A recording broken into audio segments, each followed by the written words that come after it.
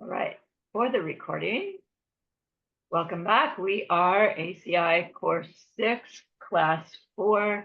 It is September 15th, 2024. Let's gather our minds here as we usually do. Please bring your attention to your breath until you hear from me again.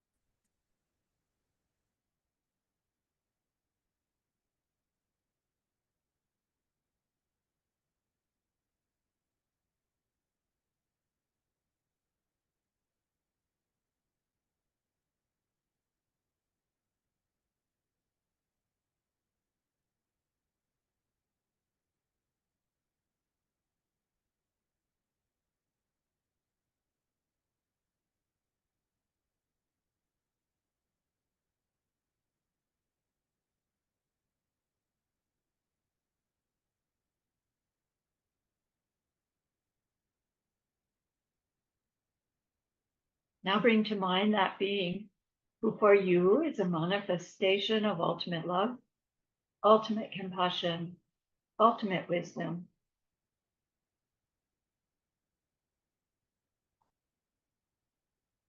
And see them there with you. They are gazing at you with their unconditional love for you, smiling at you with their holy great compassion.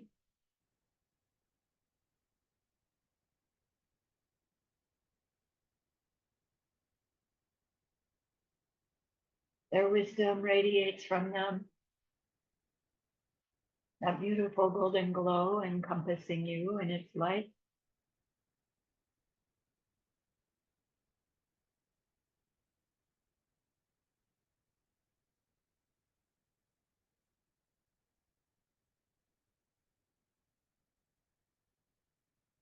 And then we hear them say, bring to mind someone you know who's hurting in some way.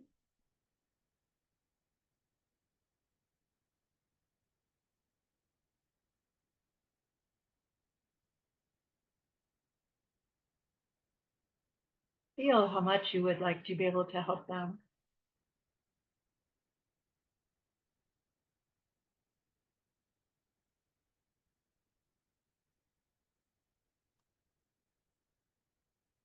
Recognize all the worldly ways we try to help fall short.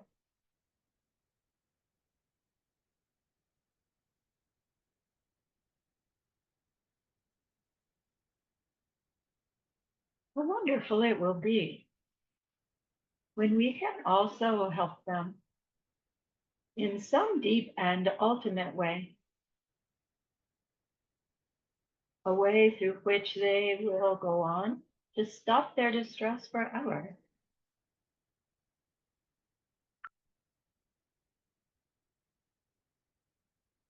We're learning that this is possible.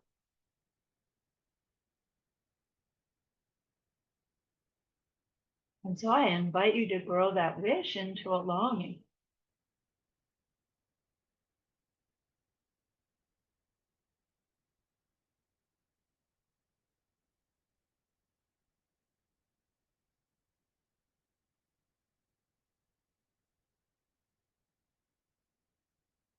And that longing into an intention.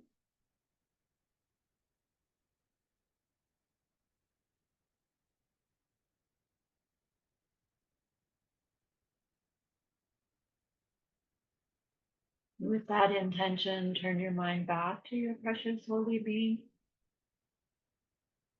we know that they know what we need to know, what we need to learn yet, what we need to do yet, to become one who can help this other in this deep and ultimate way.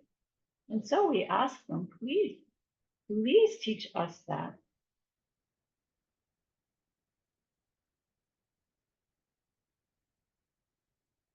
And they're so happy that we've asked. Of course, they agree.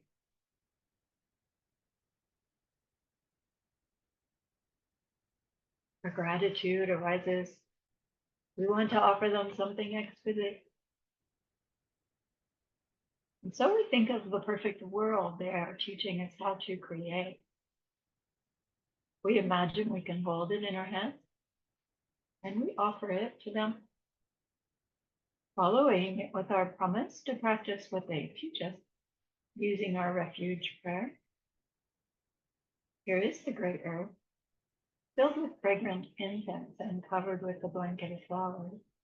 The great mountain, four lands, wearing the jewel of the sun and the moon. In my mind, I make them the paradise of a Buddha and offer it all to you. By this deed, may every living being experience the pure world. Idam Guru Ratna Mandala Kamirya. I go for refuge until I am enlightened to the Buddha, the Dharma, and the highest community. To the merit that I do in sharing this class and the rest, may we reach Buddhahood for the sake of every living being. I go for refuge until I am enlightened to the Buddha, the Dharma, and the highest community. To the merit that I do in sharing this class and the rest, may we reach Buddhahood for the sake of every living being. I go for refuge until I am enlightened to the Buddha, the Dharma, and the highest community. To the merit that I do in sharing this class and the rest, may all beings reach their total enlightenment for the sake of every single other.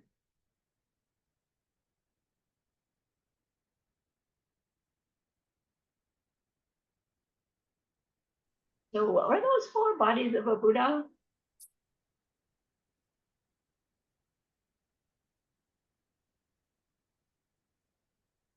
I'm reading Ale's lip. I don't know if I remember in order, but emanation body, some Bodhakaya, and I don't remember the other ones. I just did the homework. Emanation body is the Nirmanakaya. Bodhakaya. Right, the body that appears when the condition is right for somebody. And then the Sambhogakaya is the paradise body, the way our Buddha appears to us, right? Our pure form. So the way you're going to look to yourself in your Buddha paradise. Technically, the way the Buddha paradise looks too. But, at this level, we're just thinking about our appearance with our cute little bump and our long ears and the thing here and right, these shiny fingernails. We don't actually learn about the 112 marks until we met the Kamala Shila's commentary to Diamond Cutter Sutra. And if we ever do that, we go through the 112 marks and what karma they come from, what merit creates them. It's really interesting because you study that and like really who cares about the marks? We care about the behavior that creates my Buddha paradise in me. And that's what's interesting about the 112 marks. Not what they are, but where they come from. And then that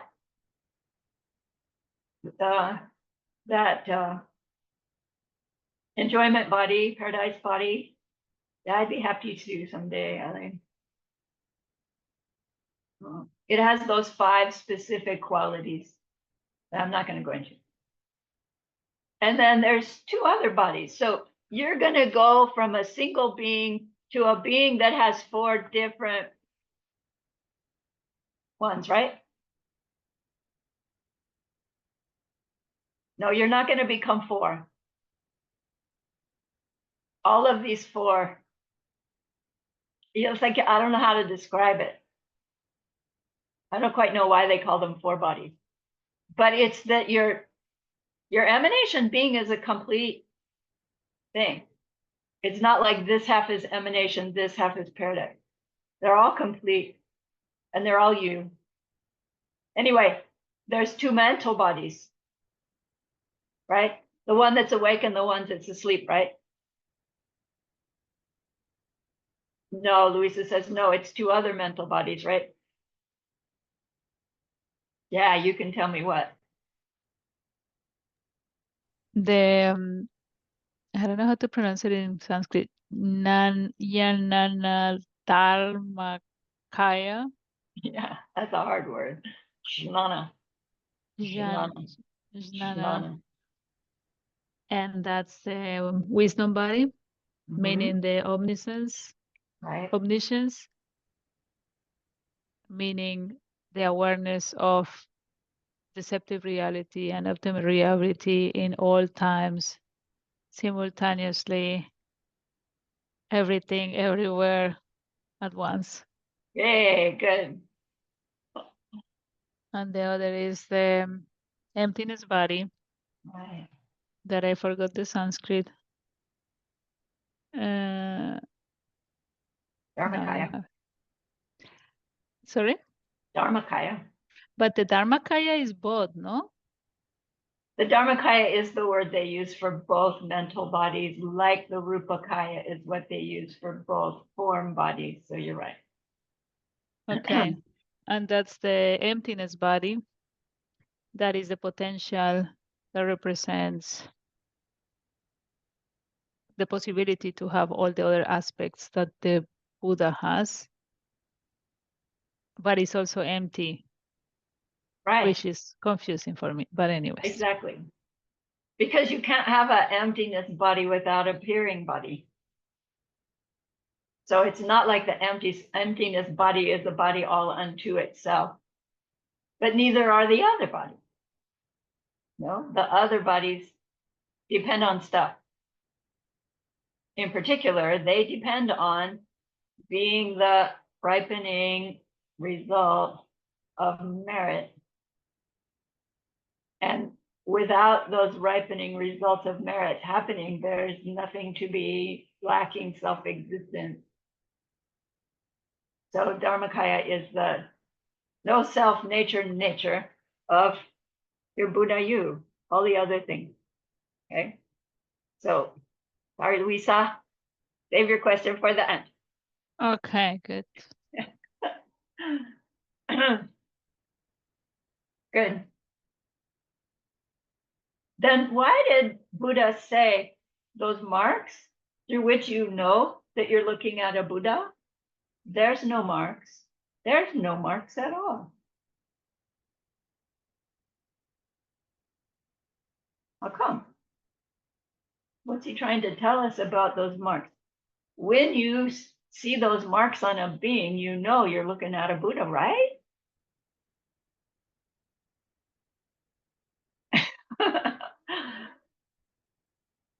For us, and if we have the karma for it, yes, it's true. Exactly.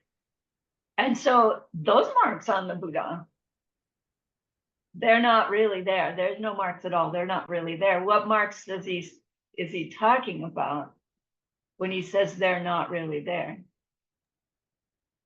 The ones we see, or the ones we think we see are coming from the being that has them? Yeah. You know, we use the word the self-existent marks and signs on that being. Those are not there. Does that mean the signs are not there? No, they are there. But they're not there self-existently. They're not there without my projection of them being there. They're emptiness. And they are there by way of my projection. So he had to say no marks at all, to make sure that, number one, we're applying that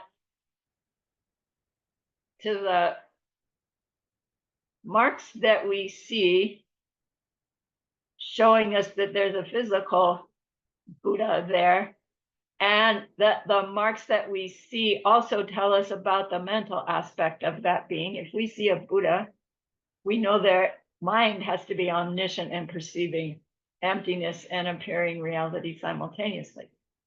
That's what seeing those marks tells us.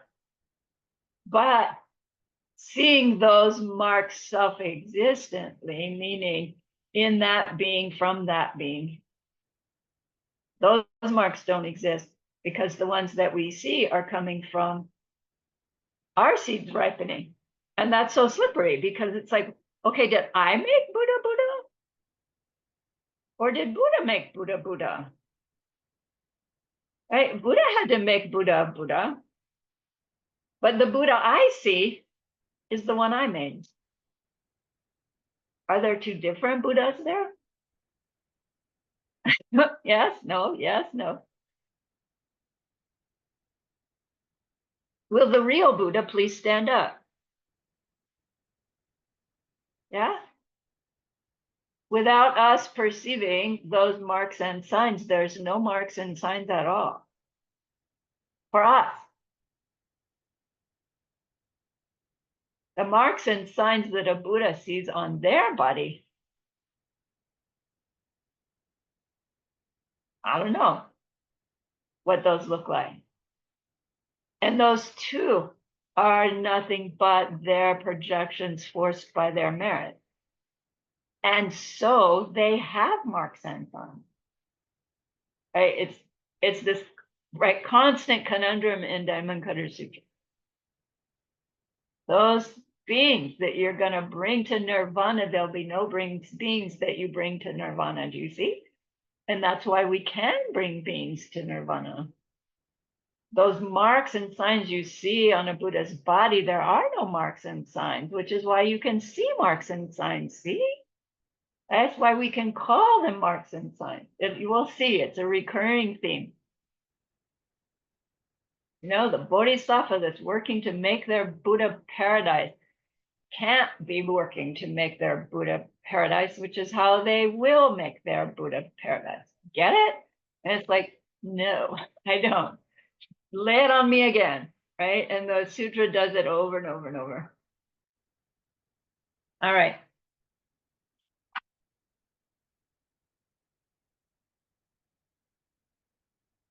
So nirvana size those beings, but there won't be any that you get there. Can you measure the distance from here to infinity, Subhuti? No. But if you could, would it be a lot? Would it be far? Yes. Well, that's how much merit you make when you practice your act of giving bodhisattva without staying, meaning without believing that the one you're giving anything to has any self-nature. Without believing that you, who's doing the act of giving, has any self-nature. Without the thing you're giving having any self-nature. And you know, it's like, yeah, but if none of those have any self-natures, then like everything that's going on just feels so unreal. And how is that a better goodness? You know, to feel like you're just in a figment of imagination as you give, than really seeing somebody, you know, have a need and seeing myself address their need and making them happy. Doesn't that feel more real than being a bodhisattva who acts without staying? And yet, to do our act of giving without staying turns that act of giving into the cause for your Buddhahood, as opposed to the cause for getting your needs met, having an abundant world. all nice side effects that we will get, but infinitely more powerful to do a deed that will bring us to total Buddhahood. Because from that state, we are emanating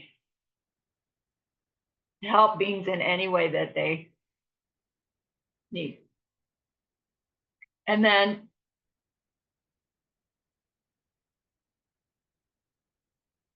from there, he says, how do you know you're looking at a Buddha? Oh, you see somebody with those marks and signs. Yeah, but when you see somebody with those marks and signs, are you thinking about those marks and signs as being in them from them, showing you that they're a Buddha? Because if you are, you're not seeing a Buddha. But if you're not, you're seeing that those marks and signs don't exist at all, which is how you can see them. And then it's like the next thing he says is, the next thing that comes up in the sutra is Subhuti admits that he is like beyond overwhelmed by the wisdom of this teaching. Like he's not going, what's up with this? He's following the train of thought and he's connecting the dot between the difference between making good karma and making merit, and how we turn a good karma into a merit by being aware of the no self nature of the subject object interaction between as we do it, and that those imprints made are the imprints that will go on to force us to perceive, to project ourself as Buddha me and Buddha paradise emanating, to be this ultimate giving happening. And Subhuti gets it, and he's like, whoa, this is beyond amazing, this teaching, Buddha. I've never heard a teaching like this. And he gets concerned. He says, but Buddha, what's going to happen in the future? This is so hard to understand. And it's so overwhelmingly, massively exquisite to understand it. Like what's going to happen in the days of the last 500? Will there be anyone around who can still understand this stuff?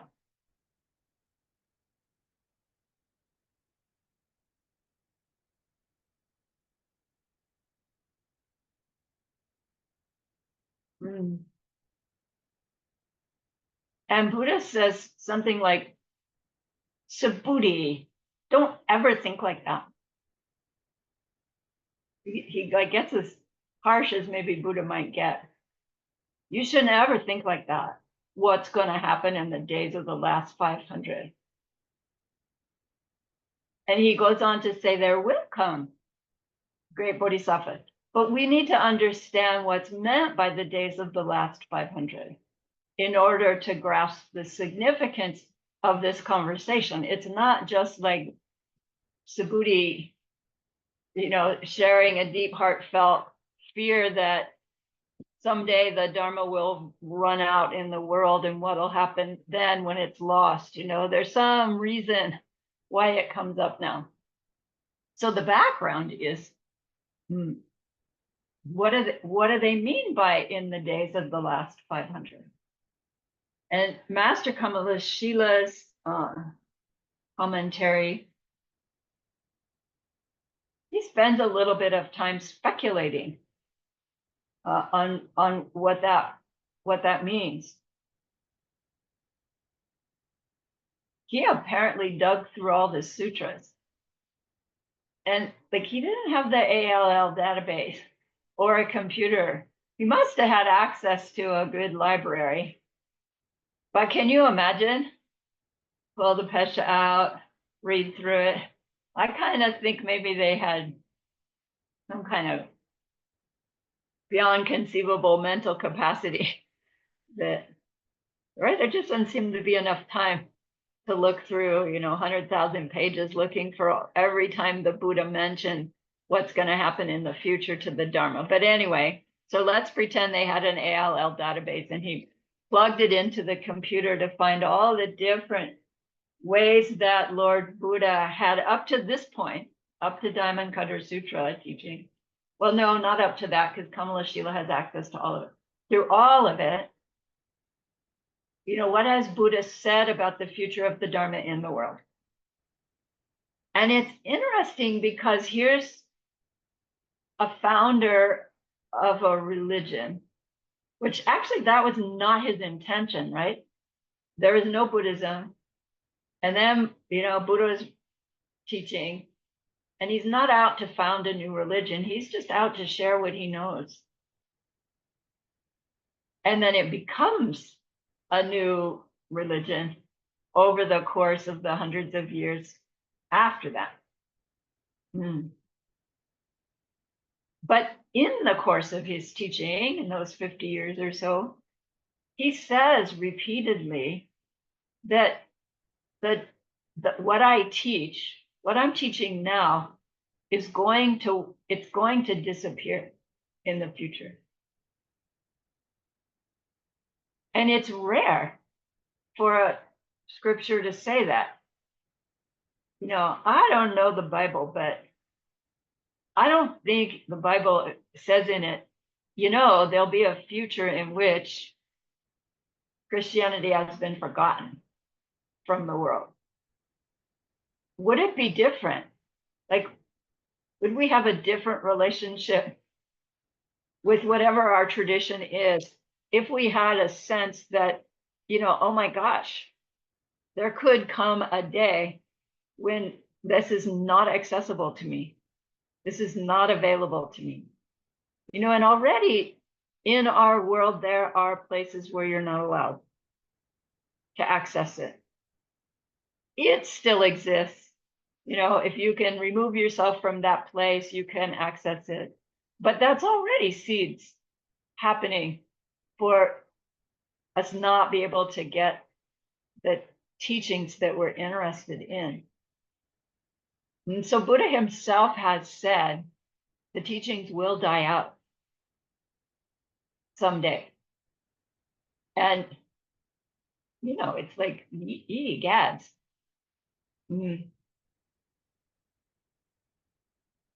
So he also describes a process through which the teachings die out, which to hear it, to understand it, means we can play our part in delaying that.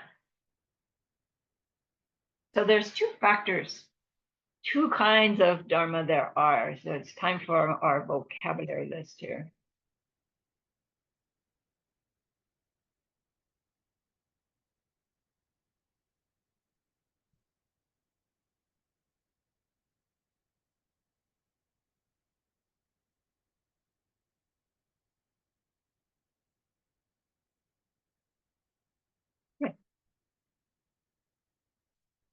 There's two forms of the Dharma. And this is the Tibetan, called the Lungkichu and the Tokpechu. The word lung means wind. The wind, chu means all existing things, but here we're meaning Dharma. So the wind of Dharma is the first one. And Tokpe means the realizations, the Dharma in the form of realization. The Lungkichu refers to the spoken word of the Buddha. So in Buddha's time, what they had was the Buddha's spoken word. There was nothing written yet. And then after Buddha withdrew his emanation, I remember this one, I'll write it down. I remember that one, I'll write it down. And then through the course of history, we had access to written words of the Buddha according to beings who were there. And then teachers came along who also taught commentaries, and those commentaries got written down. And so we end up with a category of Dharma that is the teachings that were given and now are being given and written down. So in the category of the Lunkichu is any time a teaching is given verbally, and then any recording, any transcript, any book, any of that, it's all included in this category of the Dharma called Lunkichu, the spoken word Dharma. Then there's Tokpecho, which is, Tokpe means realizations. This is the Dharma that is gathered in the minds of the person hearing the Lunkichu. So as we hear a teaching, our Tokpecho is growing. Technically, Tokpe means when we have a realization about something, that's the full-on realization Dharma. A realization means we have some experience that confirms what we were taught so that it becomes real for us. Usually, realizations happen when we're in meditation.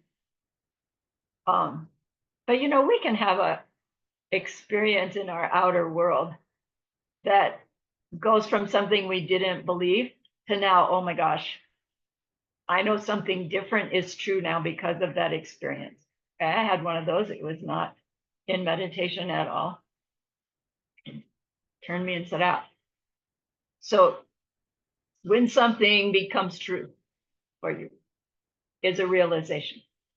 So we've got these outer Dharma, and we could call the Tokpechu the inner Dharma, right? In the mind of the beings practicing, studying, meditating, practicing, are carrying the Tokpechu. The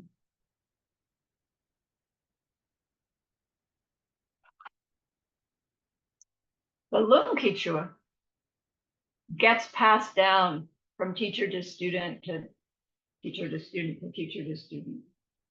So for instance, this Diamond Cutter Sutra, Ken Rinpoche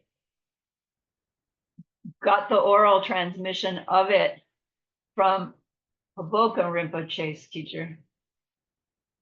And then he gave it to Geshe Michael, among others. And then Geshe Michael gave it to us. So did Winston McCulloch, so did Venerable Gelsay, so did, right? I've had it a number of times. And then I will be giving it to you. And then that means you have this piece of Diamond Cutter Sutra Lunkichu that you can now pass it on to someone else. So technically, even without an oral transmission, you could sit down and read the Diamond Cutter Sutra to somebody. But it wouldn't make this lineage transmission unless we ourselves had gotten the lineage transmission. And then, it feels the same, read the sutra to them, but something different is happening. In whose mind? Technically in one's own mind, right? Because the other person, maybe they don't know that they're getting the transmission or not. So to really have our full effect, we would say to them, now look, I received this download, right, from somebody, and now thank you for the opportunity. I'm going to download it into you, just so that they would hear it, and they may go, okay, who cares? Like, I think the first time I read the Diamond Cutter Sutra, I just had my cockatiel, sitting there with me, because I wasn't brave enough to go to my neighbor and say, can I read this to you? Can I have 2 hours of your time to read this? I wasn't brave enough. Lunkichu.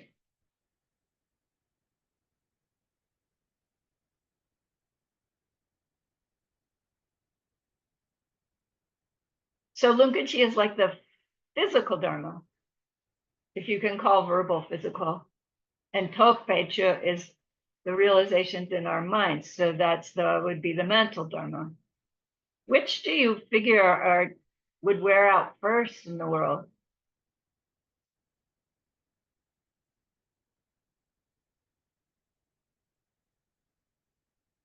The realizations or the physical stuff? Victor said the realizations. I think that's what you meant, right? The second one? Because they describe that we could imagine, I don't want to do that. Buddha actually said there will come a time when people can hear the Dharma spoken and taught, but just really not understand it enough to be inspired by it or to be interested in it, or like there's a stage where we're inspired and we try to use it and we just can't. And then our perception is, well, this stuff doesn't really work. And we eventually give up. And then we lose interest. And then as we lose interest, right, as a given individual, we stop going to the teachings, but as over time, a human group, interest is lost, and all the lunkichu, the books, the audios, the tapes, they get stored away somewhere because nobody's using them anymore, because nobody's interested, because somewhere along the way we decided they didn't work, because we didn't have sufficient goodness for our practices to see results. And then it's like, okay, stuff that in the basement, and then a whole generation or two goes by, and it's like, what's that crap in the basement? Let's clear it out. And it gets all thrown away. And Buddha said, this is going to happen. People's goodness will decline such that they lose their interest will not spark realizations anymore. And then when realizations don't happen, we lose interest. When we lose interest, the Dharma sits on the shelf. When it sits on the shelf long enough, nobody remembers what it is. Nobody speaks the language, even if they get it out. What is this stuff? It's like, oh, I can't read it. That's just squiggles. It must be meaningless. Out it goes. So Subhuti is like somehow seeing how awful it will be to be an existing being in a world where there's no Dharma, no access to the Dharma. Samadhi and I, like almost daily, one or the other of us will say, thank God I have the Dharma. No, because it's like without it, I would just be lost, because everything's just getting so absurd. So what if we lived in a world where we didn't have it? Now that we are getting glimpses, it's scary to think that, I could do everything I need to come back to a world in the next life, and then the world I come back to has got no Dharma. Yikes. So what does it take? What does it mean for the Dharma to still be alive in the world? Because that will tell us when those things start to fade, we're headed in that direction. Now, we're going to see this is not something that happens within our given lifetime necessarily. But when we really start trying to think this all through, and it's like how it's coming from our own mind, the self-existent nature of this explanation I'm giving will start to fade away, and we'll see that maybe we're in greater danger than the sutra is saying. Anyway, okay, so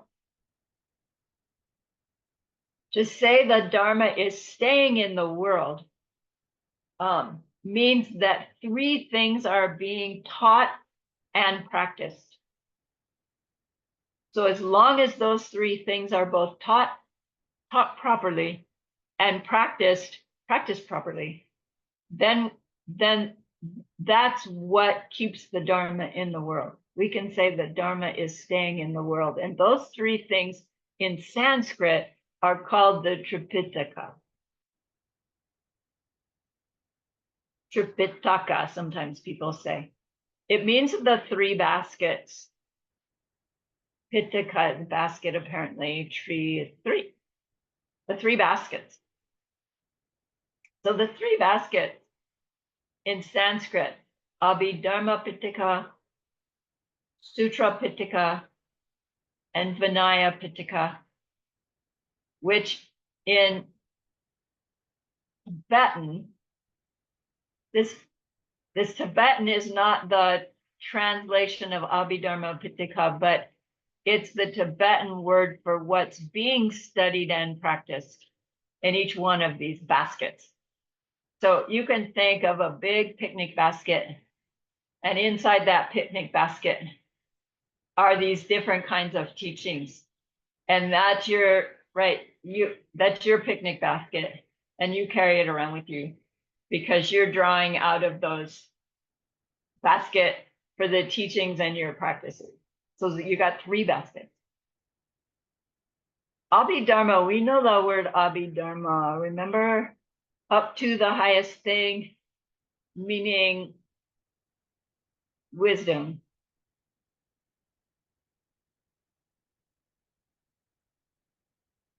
Any level wisdom being practiced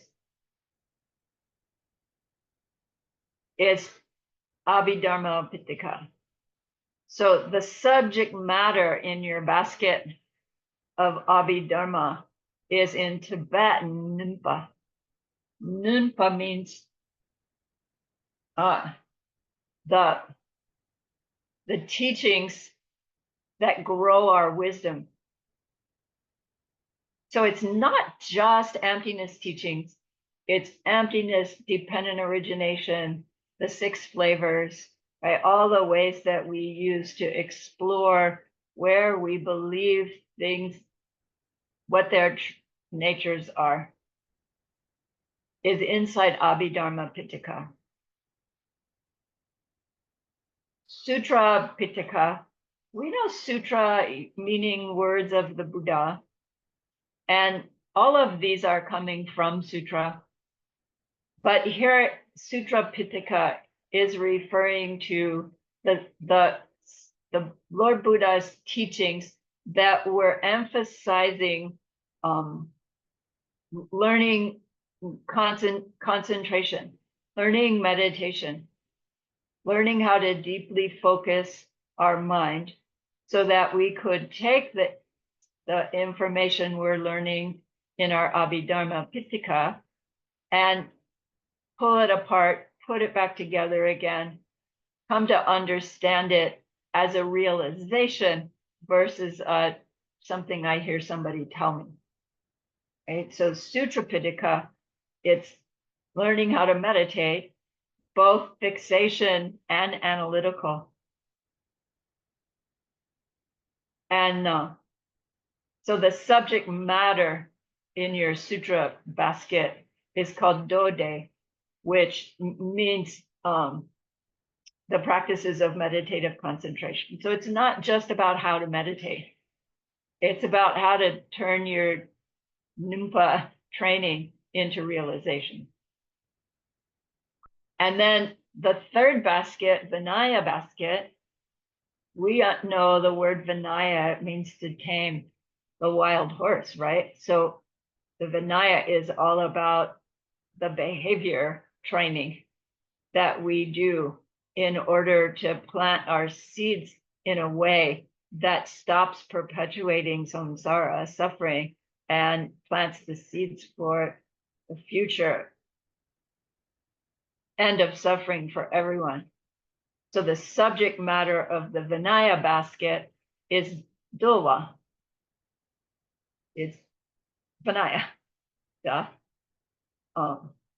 And it means how to choose our behavior such that our meditation practice can go deeper and deeper, so that our wisdom practice can go deeper and deeper, so that our behavior choices will get more and more clear and effortless, so that our meditative concentration will go more deep and effortless because of the goodness of our behavior, so that our wisdom can get deeper, so that our behavior can get more inspired. Do you see how it goes together? So as long as there is somebody studying and applying themselves to that training, the Dharma is staying in the world.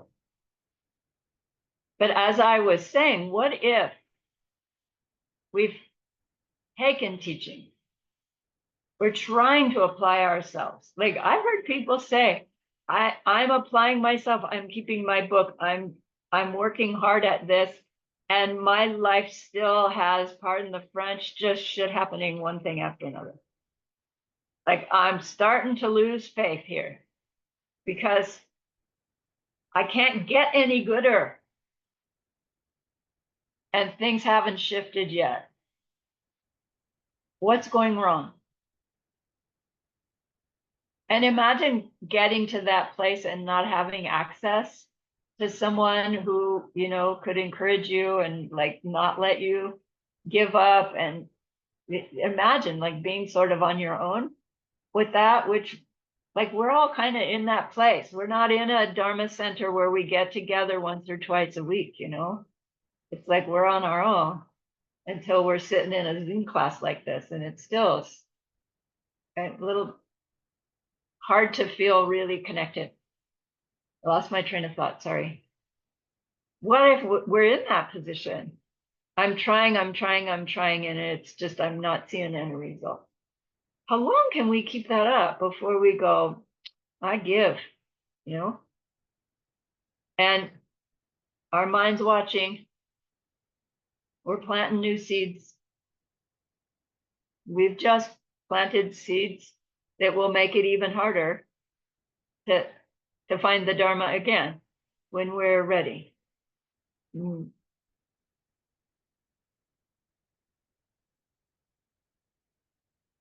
There will come a time where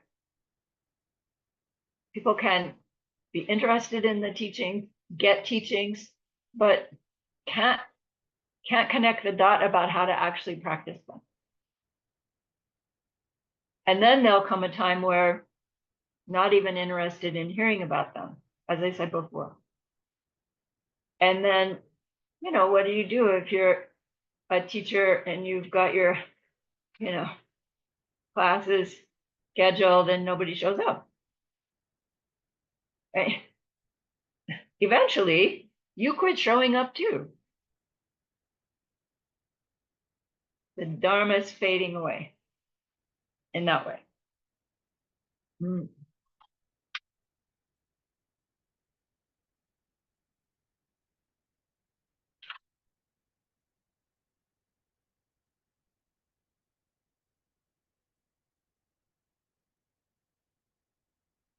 So there's a homework question that says, how does the Dharma stay in the world, or how do we know it's staying in the world? And it stays so long as someone is teaching it properly, with good motivation, the answer key says, which is the Lung Kichu is being propagated. And as long as there are beings who are practicing these three trainings because of what they've learned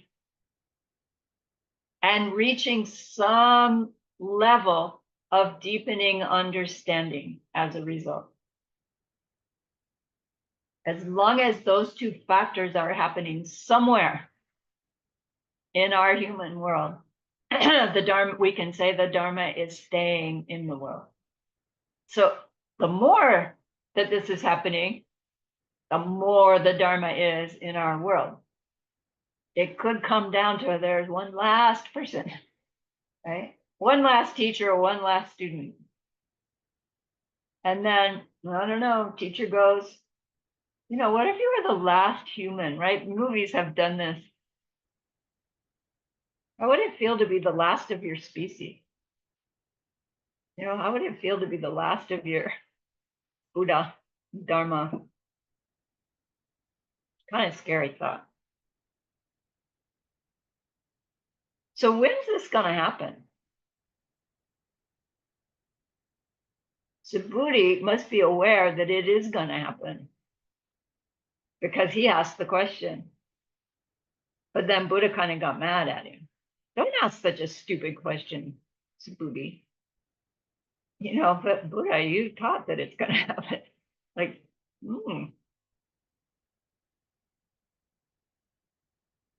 So Kamalashila wondered, what does he mean by the last 500?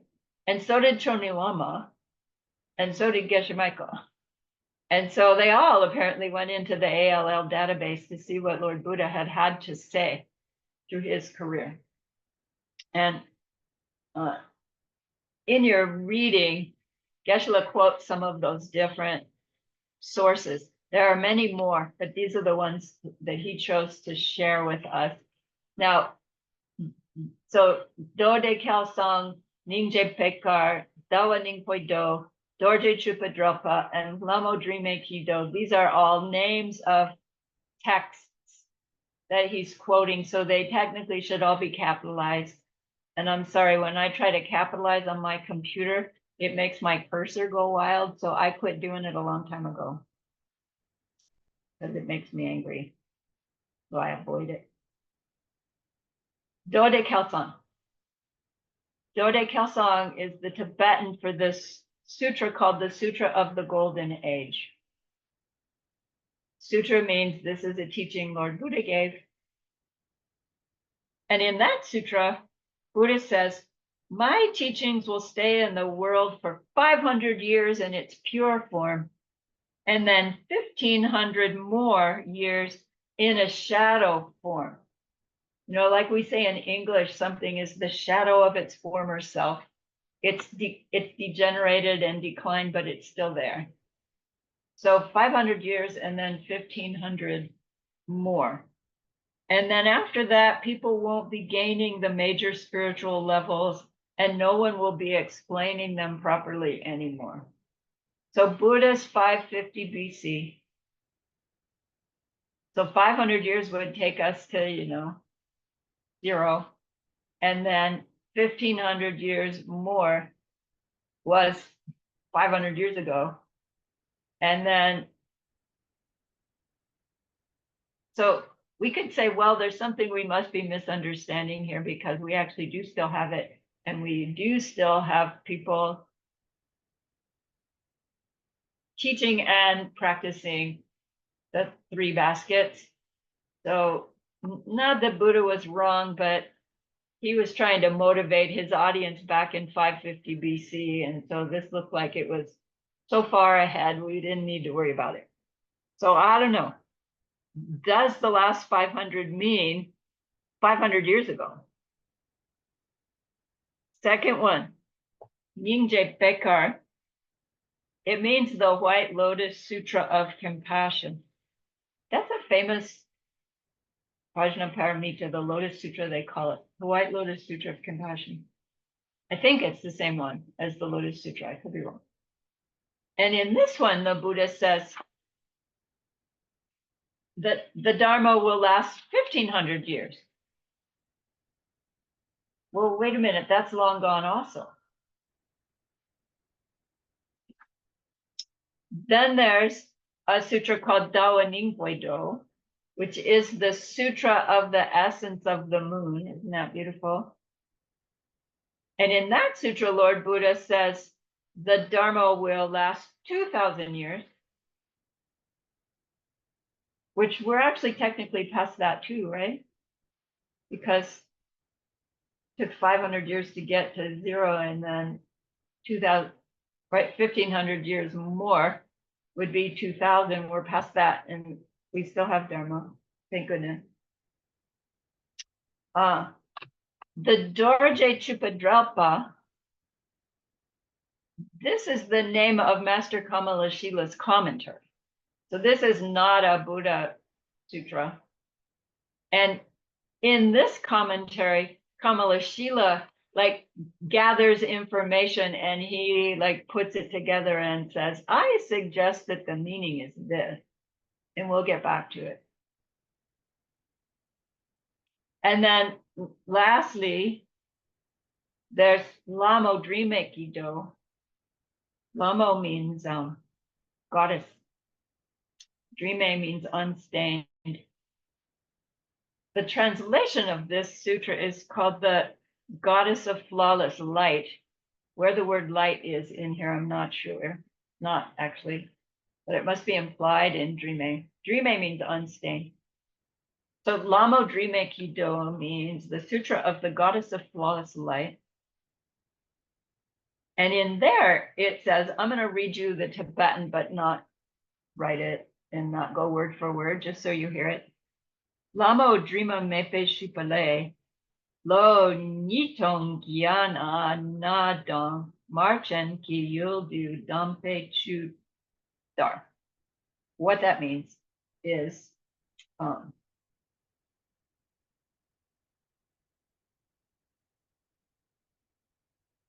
the Dharma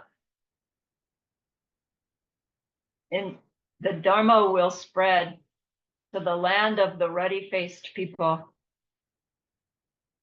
after 2,500 years. So ruddy-faced people, Marchen, means people with a very white complexion, but with red cheeks, ruddy red cheeks.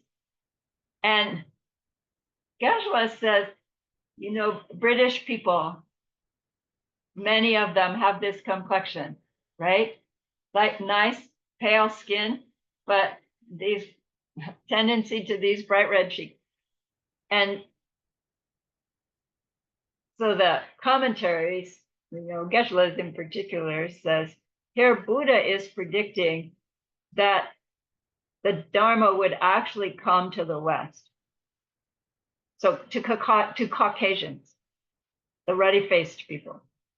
And it did. It went to the British, the Europeans first. And then from there, it has spread to the rest of it.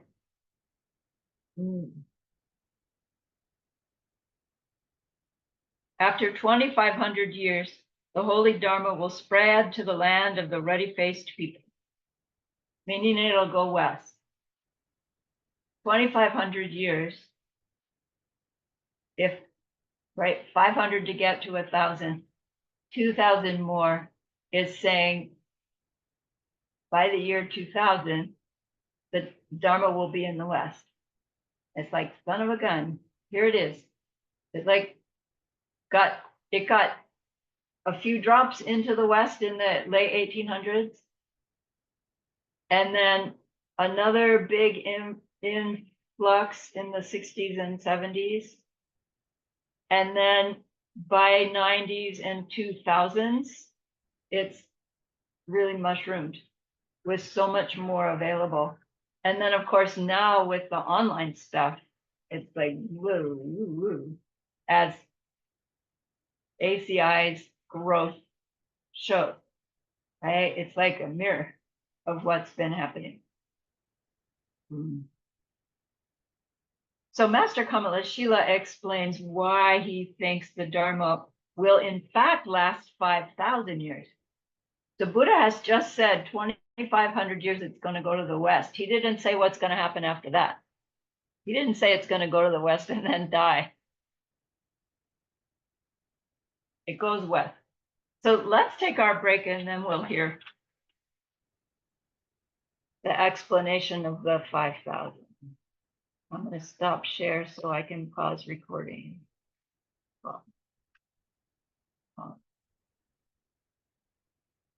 So remember, Kamalashila is 750, 80. And then Choni Lama, he's more recent history, what, 16, 17? I don't remember, to be honest with you. Kamalashila pointed out there are sutras where the Buddha says there'll be 10 periods of 500 years. And that makes 5,000 years. And so Kamalashila is saying, it looks like 2,500 years it'll go to the west, and then there'll be 2,500 more years after that. And Choni Lama, like, he weaves this explanation where he tries to confirm that theory. So there's these 10 periods of 500 years. And in the Diamond Cutter Sutra, Subhuti has said what's going to happen in the last 500. That's what he's concerned about. So the 500, the 10 500s go like this. In the first 500 years, that means after Lord Buddha withdraws his emanation, in that first 500 years, lots of people are studying and practicing, and lots achieve arhatship, lots achieve nirvana in that lifetime where they met the Dharma. They achieve nirvana. That 500 is called the era of arhat. So that would take us to about AD, 0 or 50-ish. The second 500, lots of people are reaching the state called non-returners. Non-returners means that they experience emptiness directly. They've worked with their mental afflictions such that they've eliminated enough of them that they cannot be forced by their karma to take a samsaric rebirth. They can choose to take a samsaric rebirth, but they are not forced.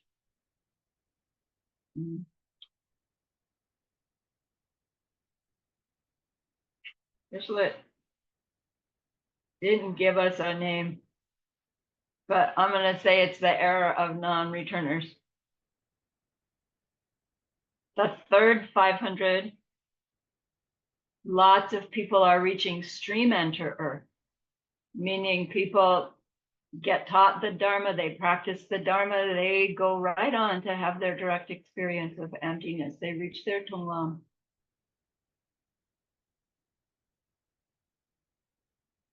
The era of stream enterers, with or without bodhicitta, you can see emptiness directly.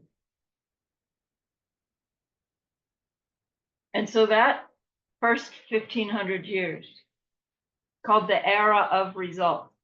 Like we had each one, and then altogether the era of result. People learn, they practice, they get results. Then come 4th, 5th, and 6th 500. In the 4th 500, people are training in the 3 baskets, and their focus of training is the wisdom basket. In the 5th 500, their focus of training is on concentration. Like the wisdom basket seems a little too advanced, or, they of course are learning it, but their practice effort is in learning to concentrate, to meditate, to apply their mindfulness to their behavior. 6th 500. Still the 3 baskets being taught, but people's level of practice is mainly focused on the ethical life.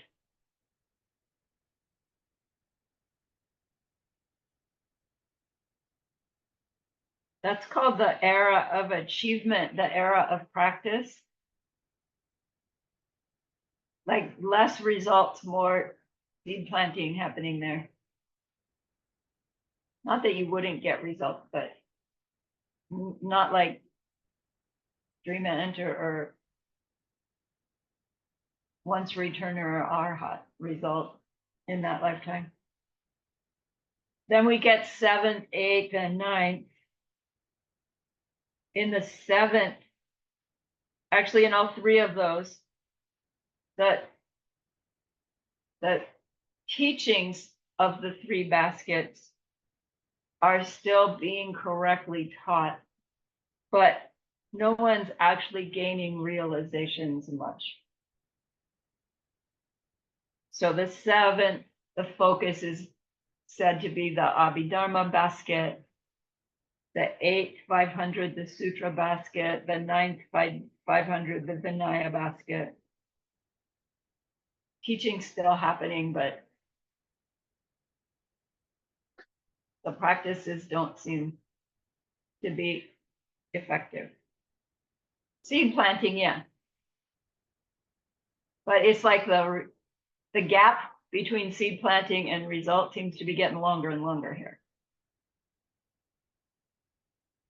That's called the era of the physical dharma, because the physical dharma is still there, but the realizations are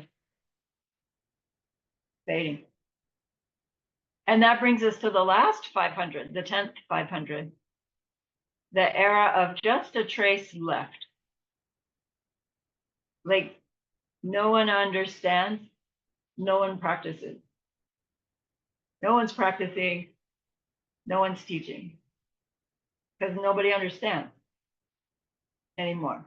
Sad state. And it'll go on for 500 years before it's just all gone. Because in 500 years, right, even the beings that had, I don't know, some hint of background with it, they've come and gone. You know, maybe 7 times they've come and gone in 500 years. So what makes it degenerate? Like, why would it degenerate? Why wouldn't the Dharma get stronger the more people that gain realizations from it? You know, like in the early periods when lots were gaining realizations, why doesn't that make the Dharma stronger? Why does it degenerate? And it's like we do have to really work that out in our mind. Somebody gains their realizations, they use it to, I don't know, go all the way to Buddhahood.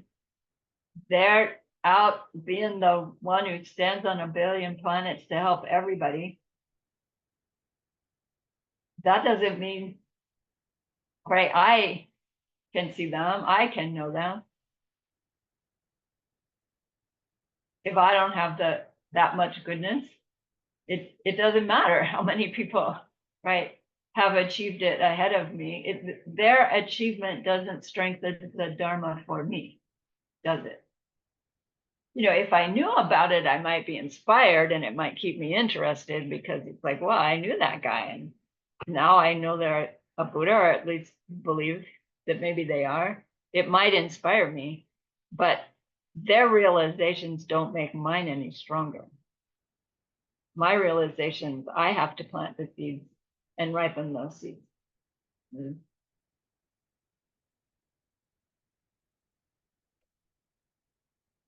So these Dharma teachings that we're thinking about, where do they come from? Well, they come from Buddha. Right. No, I'm glad I'm seeing heads shaking. You know, no, they don't. Right. So Buddha never said them. No, I didn't say that. Buddha did say them. And who heard them? Right, whoever was there. And what did they hear? The Buddha making noise, right? There's a being. Decibels. Information. The mind experiencing that information is putting on labels and information. Well, then who taught the sutras? If I had it in me, coming out of me, Why didn't I know? Why did I have to have the Buddha to teach me? Because those seeds are not self-existently seeds of the Dharma, are they? They're seeds of potential to hear something new, different, extraordinary, motivating, scary, whatever. As Buddha was saying what Buddha was hearing himself say, you've got beings there. Some hear him, some go into meditation, see emptiness directly. Some, interesting. Some, what the heck's he talking about? Some, this is rot, I'm out of here. Right? How can Buddhist teachings be, right, exceptional, ordinary, and negative all at the same time if they're coming out of Buddha's mouth in the way each one heard it? Those teachings are coming from the ones who are hearing them. Each one of you is hearing something different. Each one of you is experiencing this as something different coming from you, right? If you're bored, your fault. If you're fascinated, your fault. If it helps you, your fault. If it doesn't help you, your fault, right? It's hard, it's harsh to say your fault, but let's just cut to the chase, right? I made it. I made it. And so we can hear the Buddha teach us something new and something extraordinary.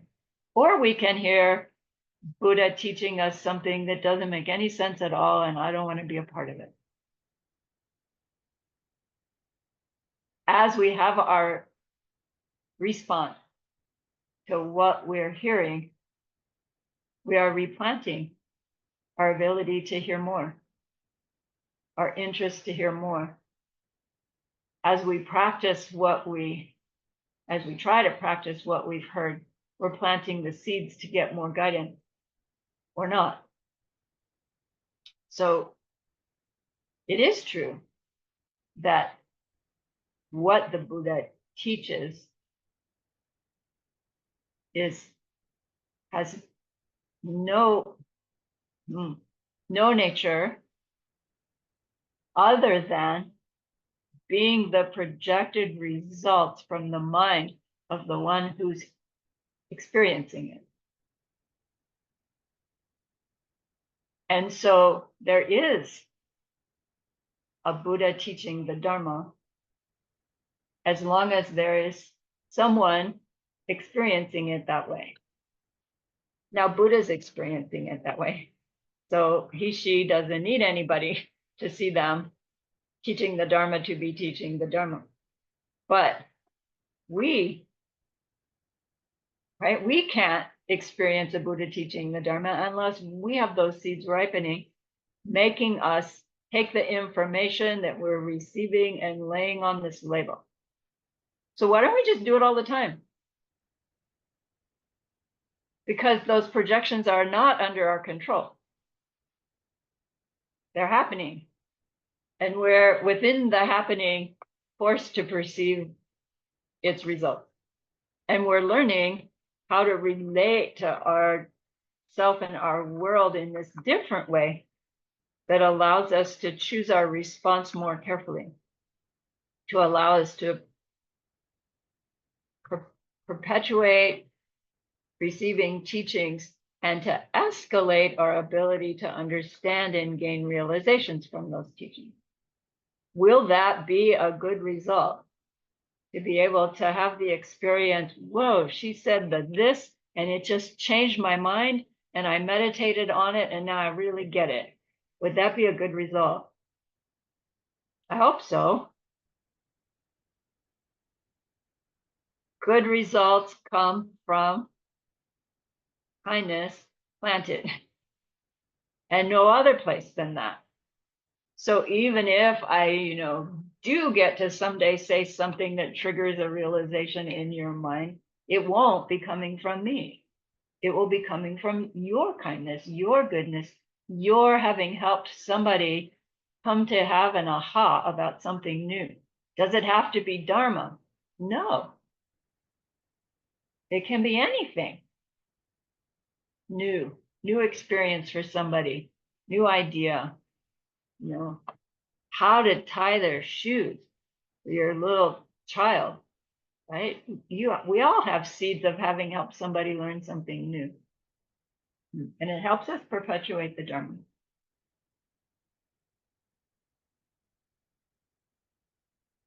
So when we said before, the Buddha has no signs at all, it is true also of what the Buddha says.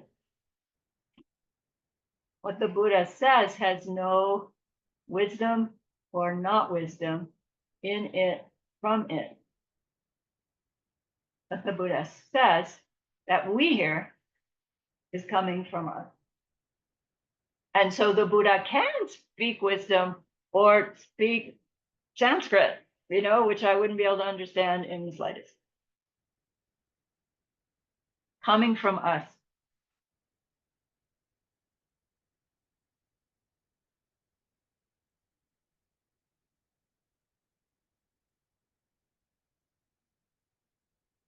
So mostly our karmas are in us from past life, because we've had so many more past lives experiences than we've had years on this earth, right? If we're imprinting 65 per instant and I'm 70 years old, you could calculate how many 65 per instant seeds I've planted in my 70-year life. But then same for all those lifetimes before. So it's like kind of what I've done in this life is a spit in the bucket compared to what I've done in past lives. Now that is like we can work with that and grow the strength with which we plant our seeds in this life so they become more powerful. But if you're just talking numbers, I'm relying on past life me's to run the show. So actually my life is pretty good when I think of it that way. So my past life me's were like decent folks. And it might do me well to quit blaming them so much. Oh, it was Josephine that made that yuck stuff, and say thank you, right, past me, for making life so beautiful and easy and extraordinary, and quit complaining about the little things that seem so big.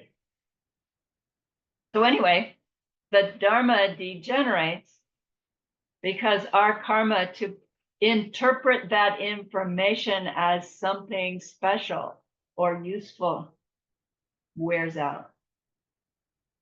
As we hear this class, we are using up Dharma karma. We're replanting it to some extent, but we're using it up. And there will come a time when these classes end. Hopefully it's because we complete them, yay. But it could be that I just can't get here anymore.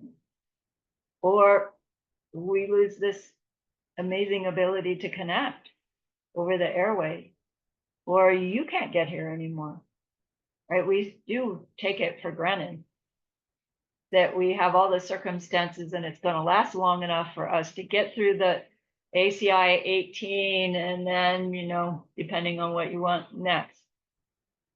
But it's tenuous. We don't know, do we? I mean, we really don't know that there'll be a tomorrow, right? Okay. The Dharma can't die out any other way than our seeds for it wear out.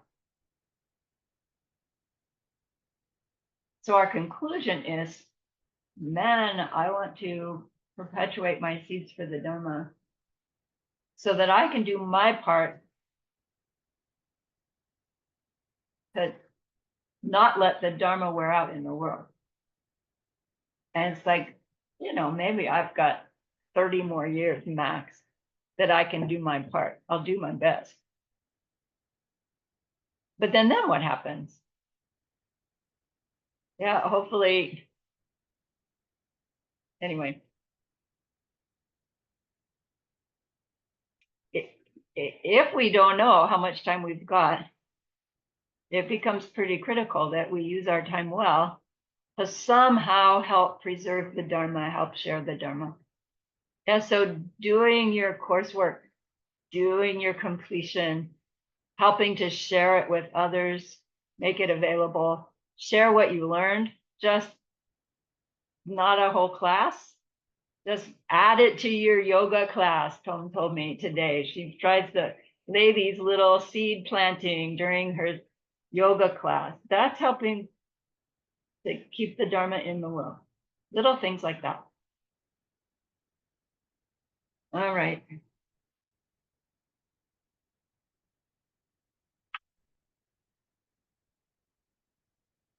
So Subhuti has said, what about in the days of the last 500? He said, no, by then, absolutely nobody's going to understand a teaching like this. It's so exquisite. He's saying, I can't bear the idea that someone would not have access to this Diamond Cutter Sutra someday. And even if they had it to hold in their hands, it would be like, kind of like that for me now. And Subhuti's like, I can't bear it, Buddha. What's going to happen? Buddha says, don't ask such a stupid question. Why is it stupid? Doesn't seem stupid to me. It seems like a really good question. And he goes on, Buddha says, there will come in those days high-level bodhisattvas. And those high-level bodhisattvas that come in the days of the last 500, they won't see any self. They won't see any living being. They won't see any life, and they won't see any person. What does that mean? These high bodhisattvas who will come in the days of the last 500, are they going to be blind?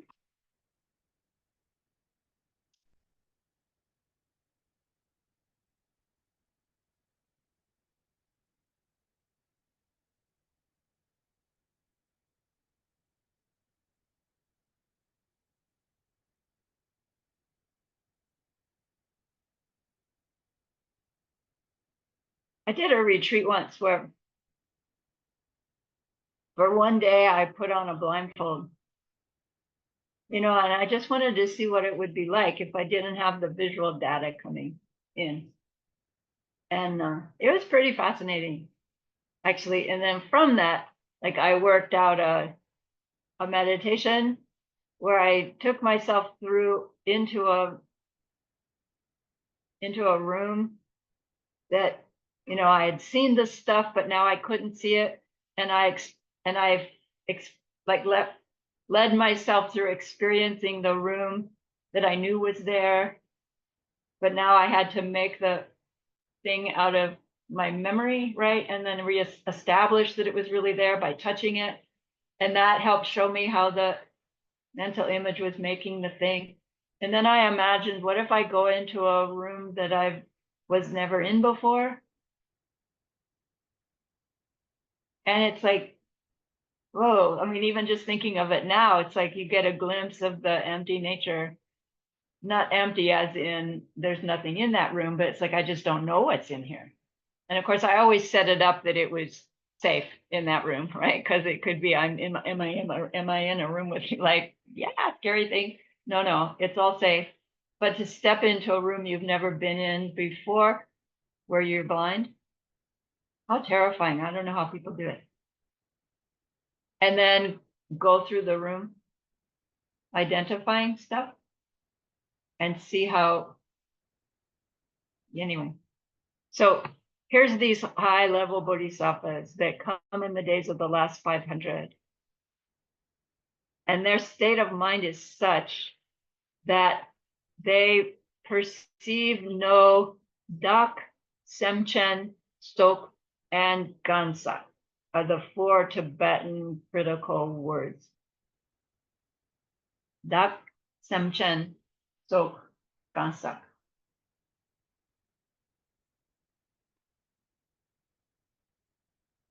Dak means self. It means me.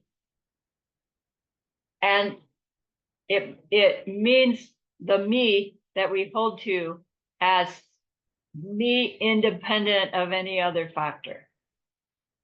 The me, it's independent of projections ripening. The me that's doing the projecting.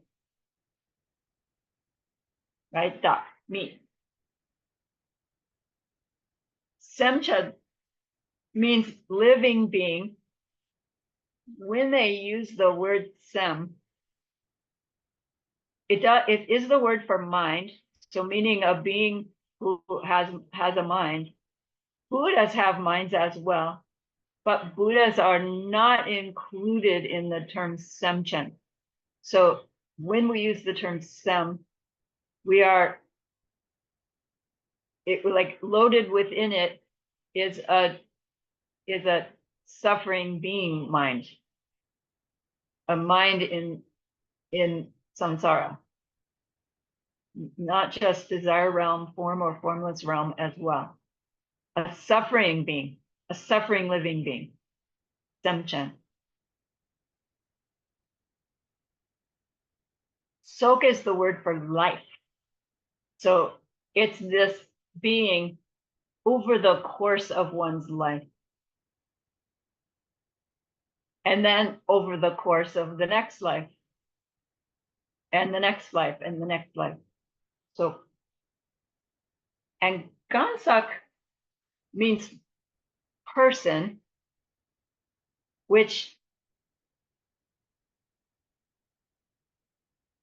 Dak and Gansak, they're not really interchangeable, but we say I'm me, and then we also have this sense of I am a person, right? Not meaning a human person, but meaning I have this identity that goes along, right? The me is the self-existent me.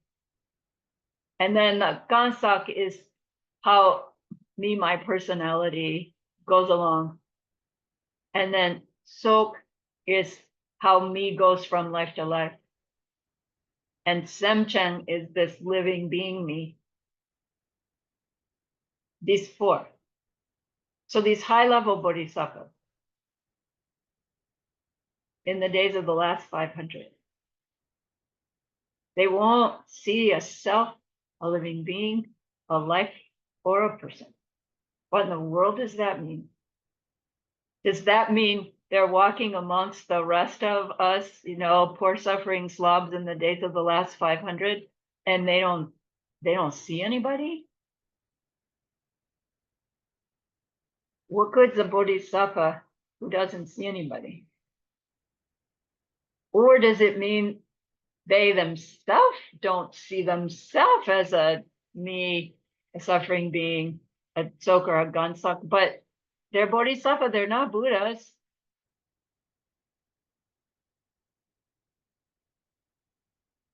What are these 4 that they don't see?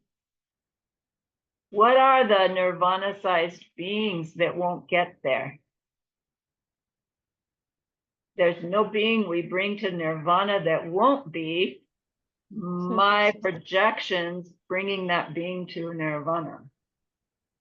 There's no being that we experience as having a self that's not my seeds projecting them having a me. There's no me that's not my projections, including me. High-level bodhisattva doesn't perceive a self-existent me, either their own or the others. Does that mean they don't perceive me's at all? No, of course they do. They perceive all the ones that they're seeing. They perceive them and know that they are projected. Oh, so that means they're not real because they're projected, right? Wrong. Projections are very real. Self-existent me's are non-existent. They're not just not real. They're not there at all. It's so slippery, this emptiness thing. Me. Know me the way I think. A me independent of projections happening. These high-level bodhisattvas that come in the days of the last 500. This is saying they're pretty high-level bodhisattvas, right? Their wisdom is big. If they're able to be in the days of the last 500 and be aware that there is no self-existent me, no self-existent living being, there's no self-existent me through my lifetimes, there's no self-existent person, me, and be the bodhisattva that's there in the days of the last 500. Because to have no self, no semchen, no sog, no gansak does not mean they're not there at all. Got it? Good. So this leads us to this distinction between Yug Yadak and Meg Yadak. I like that. Yug Yadak and Meg Yadak. I like to say it. It reminds me of that nursery rhyme, Merzy dotes, and little lambs eat ivy. You know, it's like, doesn't seem to make sense, but it's actually English words. So Yug Yadak, here's the dak me. Again, same word. Yug Yadak means the way me does exist. You means to exist.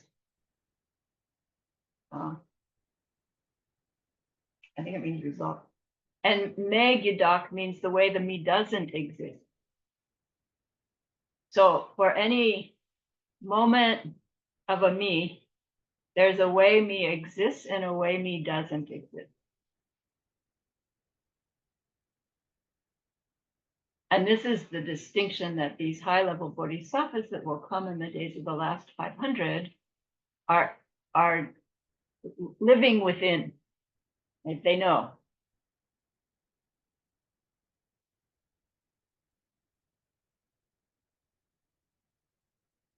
So here's Sarani. What's the Sarani that does exist? Am I here right now with you? Yes.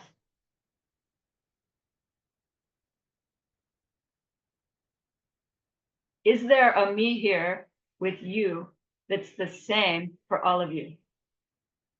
No. Do you think there is? Like, be honest. You know, when you say, you know, Sarani, and somebody goes, yeah, doesn't your mind think this? Oh, they know this. And our mind thinks they know the sameness as I know. We have to think that because we all agree, right? Sarani.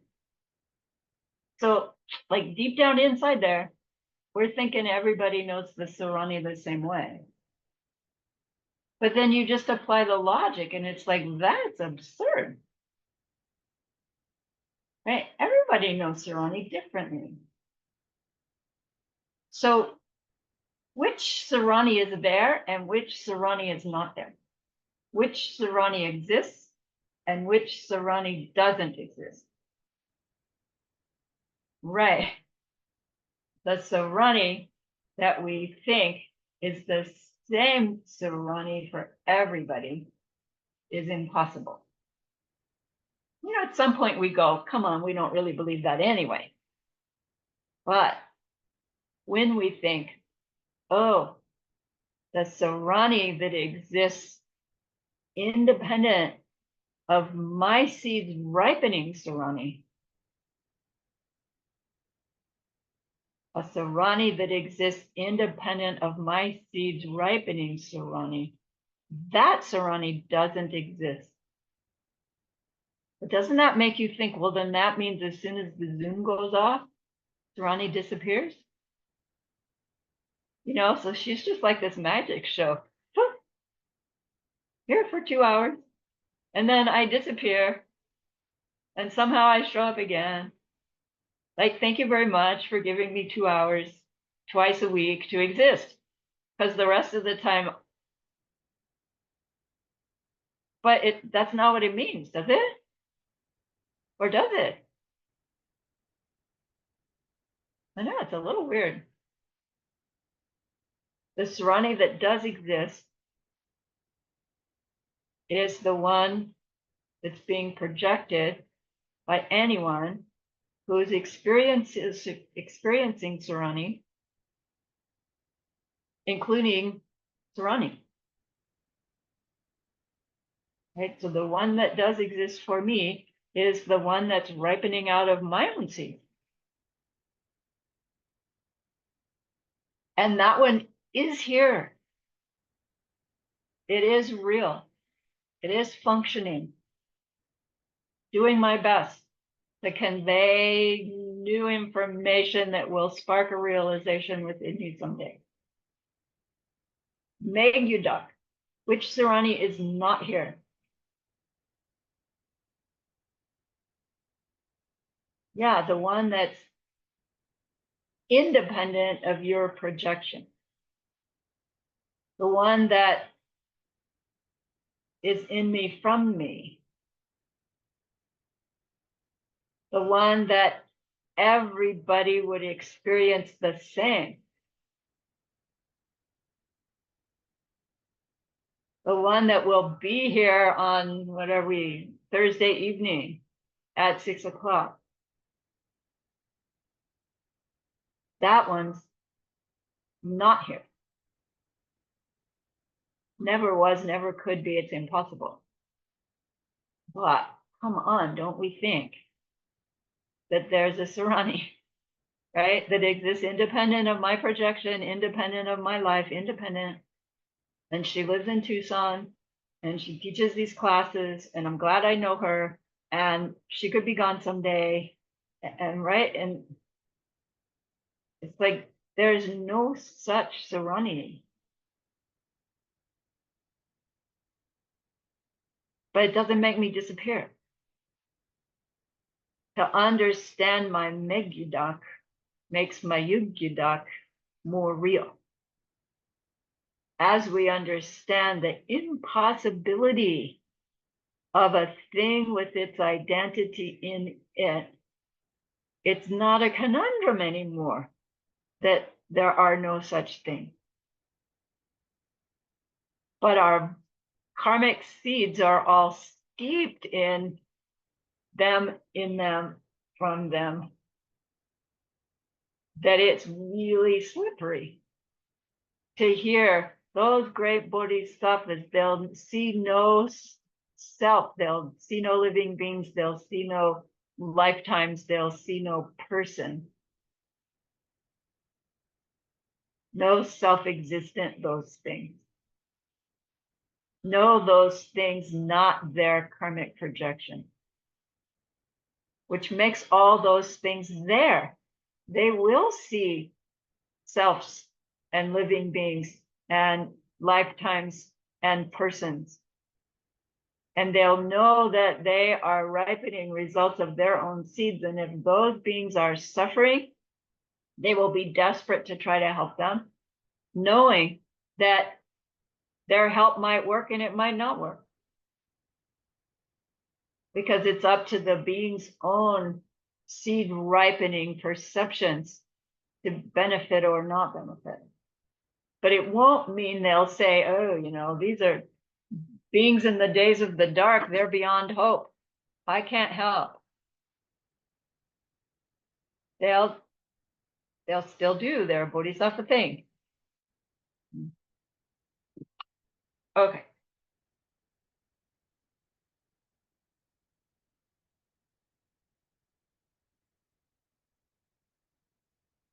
So that means those great bodhisattvas, they must know emptiness and they must know the gacha. Because technically, to say they see no duck, semchen, soken, gansak is saying that they see the gacha nature of these four things. Because implied by these very words is the self-existent belief of these beings that we're proposing from these four words.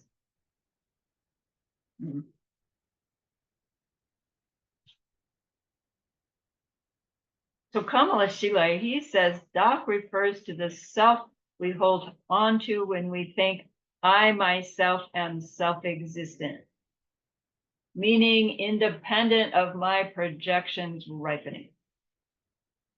Does this Doc exist? No. There's no self independent of the projected self this moment, this moment, this moment, this moment.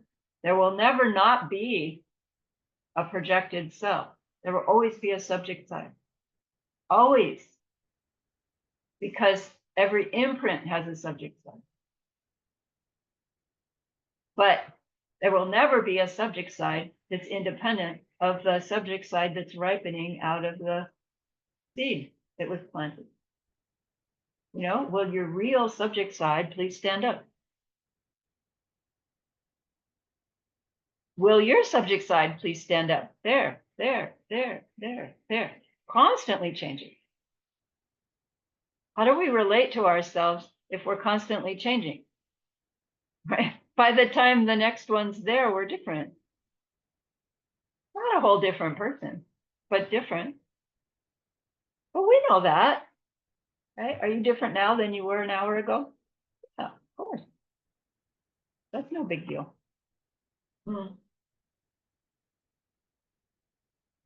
So those great bodhisattvas will have no sense of themselves as self-existent. It really does probably mean they're close to or at the level of arhat. So high-level bodhisattvas will come in the days of the last 500. Isn't that when Lord Maitreya is supposed to show up?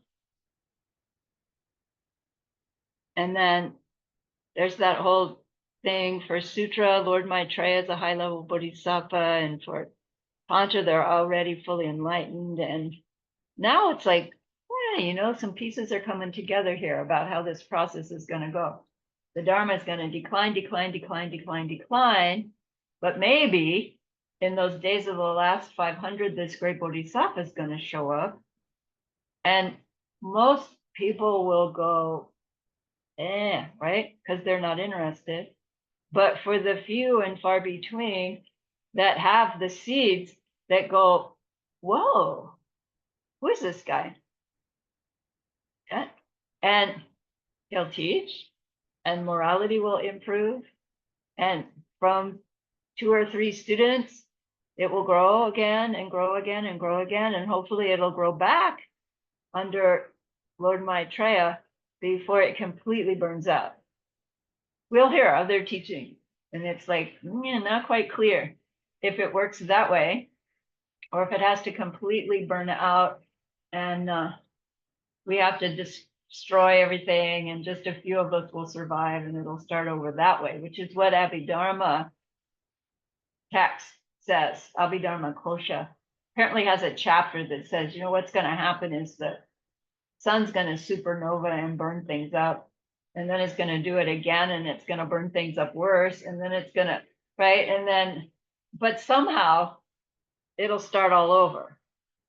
And then he says, and before that happens, there'll be a process where the humans, like,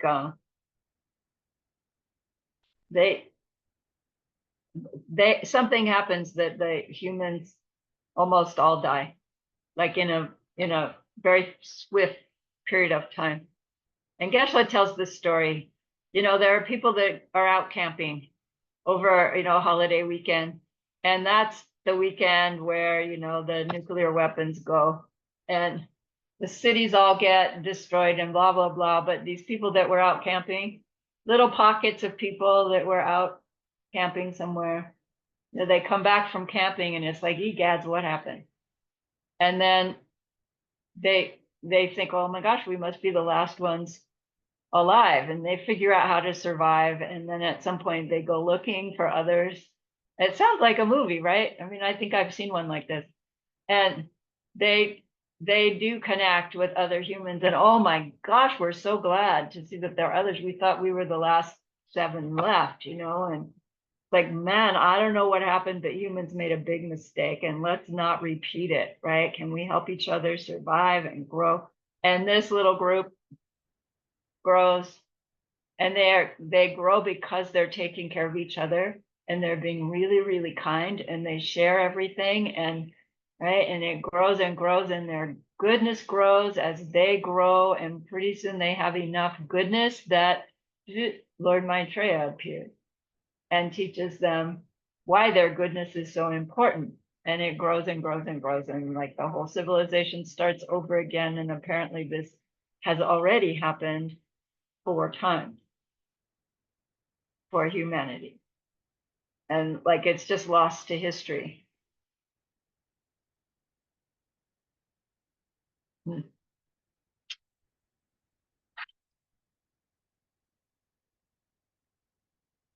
Semchen, those with minds. Semchen means non-Buddha living beings who have consciousness. So not rocks, but conscious, mind-holding beings. Semchen.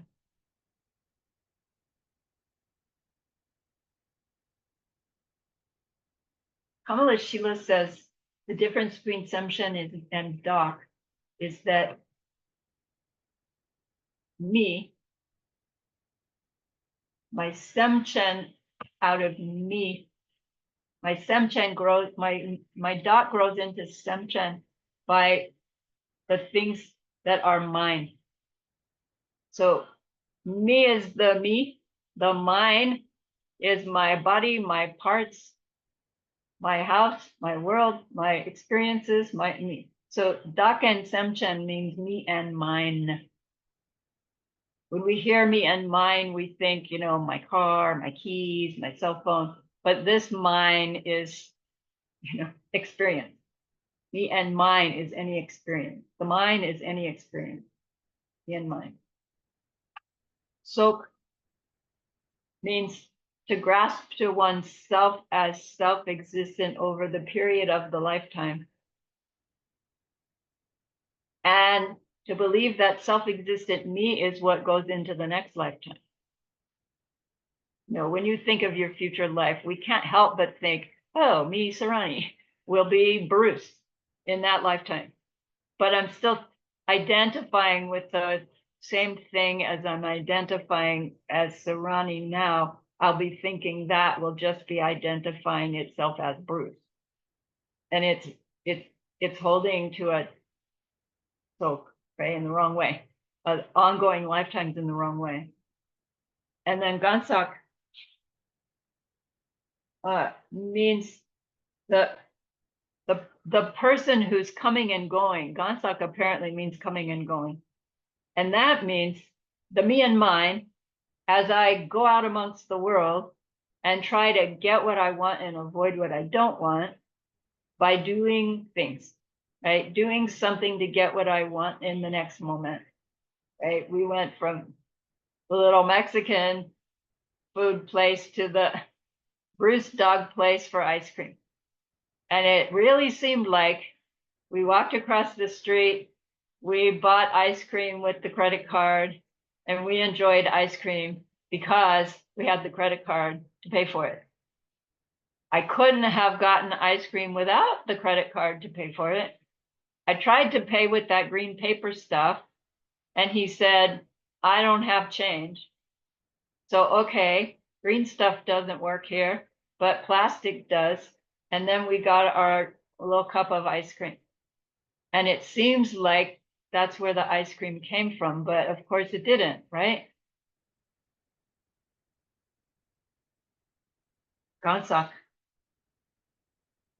So these great bodhisattvas who will come in the days of the last 500 will know emptiness and dependent origination on all of these levels. And what do you think they're going to do? They're going to teach. Right. So your job is to think about, why did she spend 2 hours telling me that?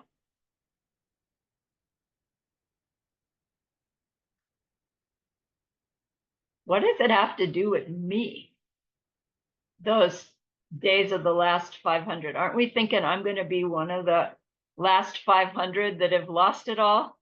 Well, quit thinking that. Imprint the seeds that you get to be, aspire to be one of those great bodhisattvas who shows up in the days of the last 500 and is the one that spends your Dak Semchen Soken Gansak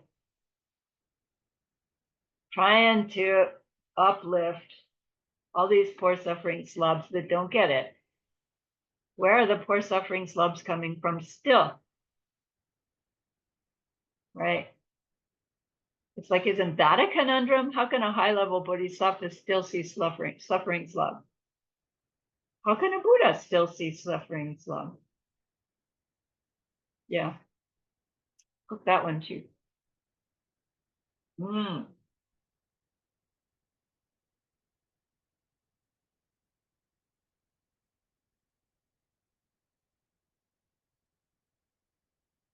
I mapped out those 500, the 10 500s to kind of see where we are with that. Because I remember when I was hearing this from Geshe Michael, I was thinking, oh man, we must be right in the midst of the last 500, right? The way the world's going. And that was, gad, almost 30 years ago.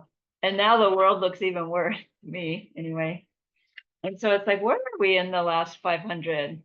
Are we in the last 500? And technically, if the 2500 and 2500 is true, that's what I mapped it out. It's like Buddha was 550 BC, so there's the first 500. Second 500 is going to be 0 to 500 AD. Who's in there in that time frame for us? Arya Nagarjuna, Vasubandhu and Asanga.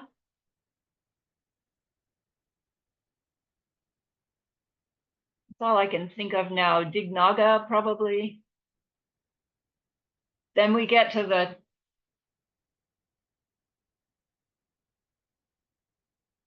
third 500, going to be 500 to 1,000. Who's in there? Kamalashila, Gunaprabha, the Vinaya master. Lord Atisha was around 1,000. The Kadampas, the Lojong masters, were 1,000, 1,100.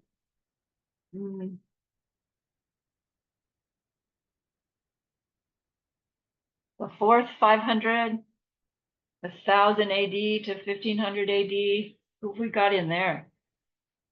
Marpa, Milarepa, Jetsongkhapa, Naropa.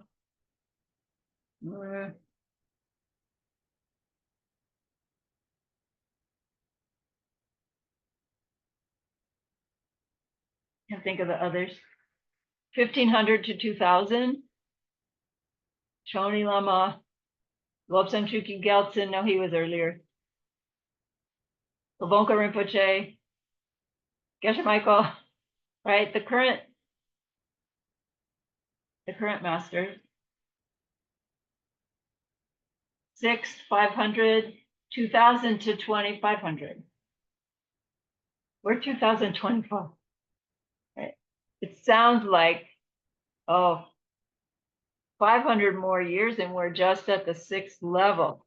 Phew. But that would be sort of the wrong conclusion to go phew. 500 years sounds like a long time away. So then there'll be a 7th 500, 2,000, 2,500 to 3,000, the year 3,000. Can we even conceive of it? You know, didn't you when you were a little kid? What year will it be when I'm 50 years old? And it's like, oh man, that will never come. And now I'm 20 years past it. What year will it be when I'm 100 years old? 2054. That sounds like 100 years from now. But you know what? We'll be there.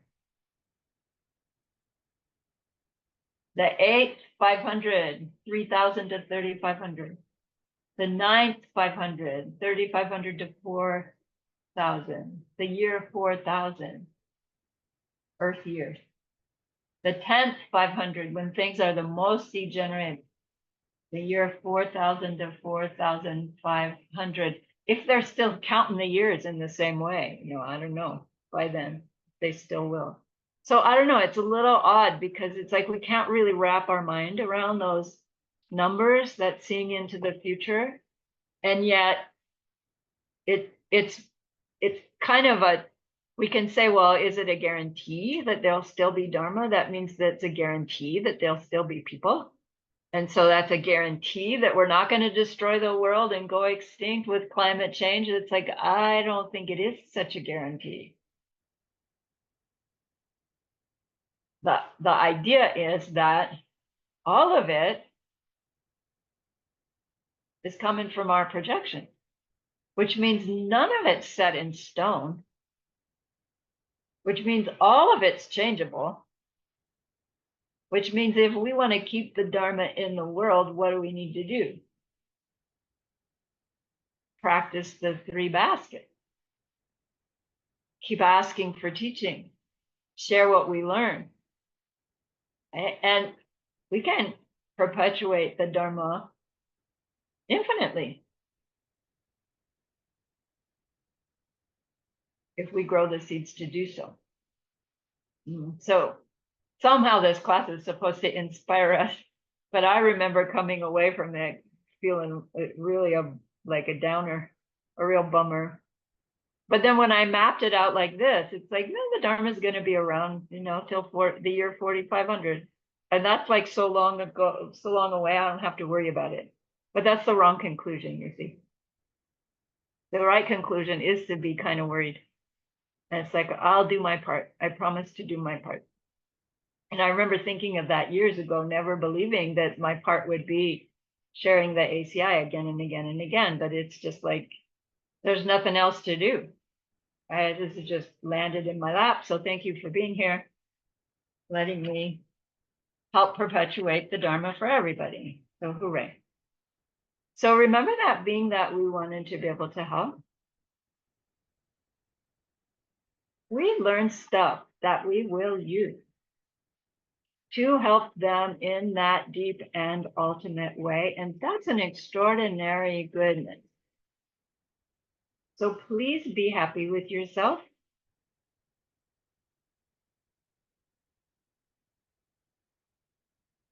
And think of this goodness like a beautiful glowing gemstone that you can hold in your hands.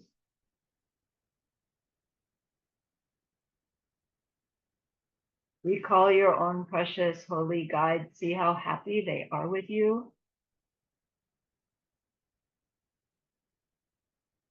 They see your wisdom growing.